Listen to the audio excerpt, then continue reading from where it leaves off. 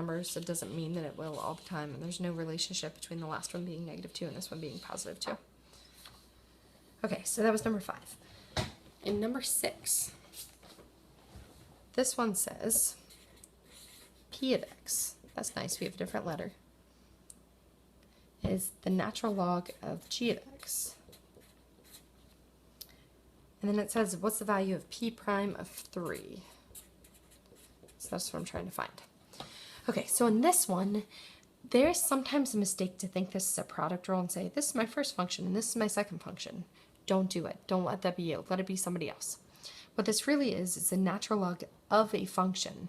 The natural log will never just be by itself. So it's the natural log of x, or the natural log of 5x, or in this case, the natural log of g of x.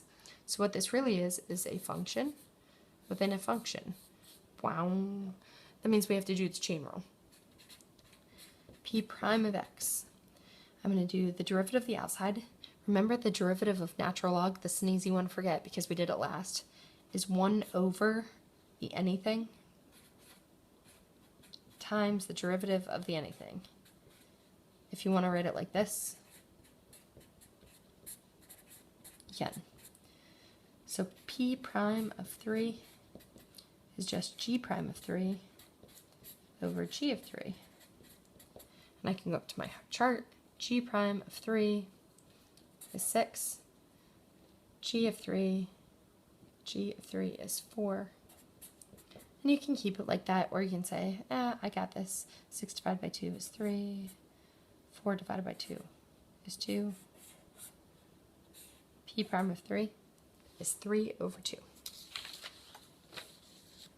Okay, on the back, this is going to be slightly harder to do, just because I'll have to show you the chart for some of these. I don't have a blank piece of paper, if you've noticed. This one says, is h of x, which if yours is not written in, it should say natural log of x over cosine of x. And if you ever have a problem like this, you can definitely use your calculator. But this one says, is the graph of h of x increasing, decreasing, have a horizontal tangent or a vertical tangent? Or can no conclusion be drawn? In A, this is one that you're just using your calculator. It says x is 2. What you're going to do is find the h prime of 2. And remember, you can do that from the home screen and use the math and then go down to n deriv, or you can use this on the graph. But what you find out is h prime of 2 is 2.437.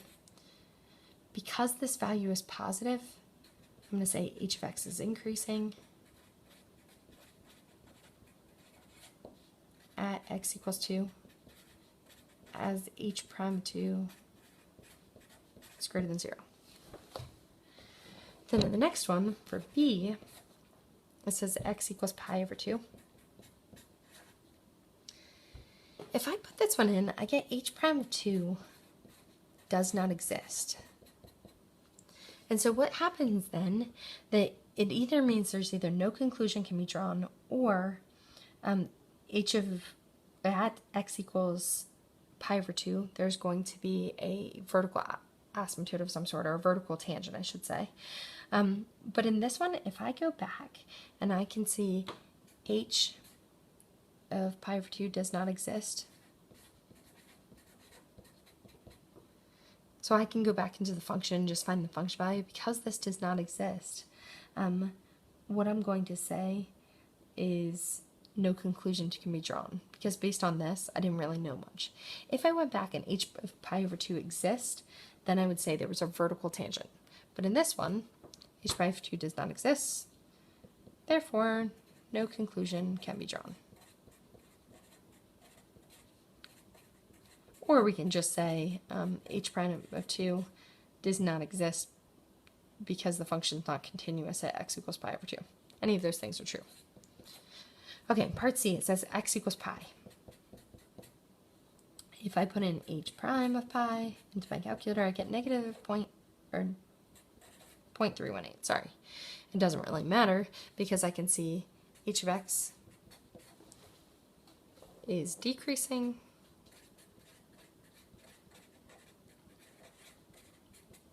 at x equals pi as h prime of pi is less than 0. Boom. We did it. Well, at least to number 7. One more. Kind of. It has an A and a B, and then it tells you some things at the end, so I feel like it's tricky. But at least I feel like we're getting closer. Okay, this says the graph below shows the data function h of t, which shows the relationship between barrels of crude oil on the world produced. What does it say? Oil the world produced, the y-axis, and the time in years, the x-axis. So the reason why we're bringing this up, and I can show you what this one looks like too. The reason why we're bringing this up at all, sorry, I'm going to do this. This is the graph that I'm talking about at this point, is because when you think about slope, you think about rise over run, or the change in y over the change in x, and so it's really helpful for us to know what y and x are. So that's why it's specifically listed. The first one says H of 1925. What this one is, this represents, think about this, this would just be a y value. The barrels of crude oil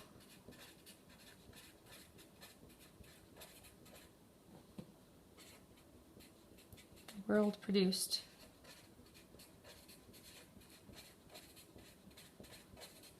in the year 1925. So it's still in a particular year because it's saying in 1925. But you can see that by, again, just looking. This is barrels, this is my Y. It's in the year 1925. Sorry, I don't have a blank paper. Kind of stinks. Anyway, this was part A. For part B, this says what does H prime of 1925 represent? Remember, the derivative is the slope of the tangent, but we also said that it was an instantaneous rate of change. So it's always at a particular moment. So it's saying whenever this is measured in 1925, it might be the beginning, it might be the end, I don't know, but it's at a particular moment in 1925. So I'm going to say this represents the rate because it is a slope, at which the number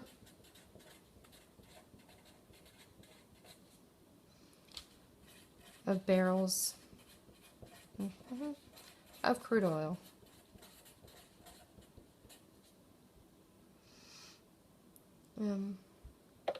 represents the rate at which the number of, wait, sorry, I'm just making sure this makes sense because it's tired or I'm tired and it's late.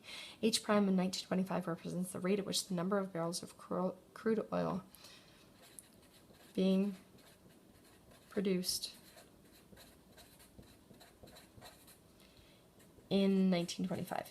And again, it is at a particular moment because it is an instantaneous rate at a particular moment. So it's not like throughout the year, but it's saying in 1925 because there's a moment with it this is being measured.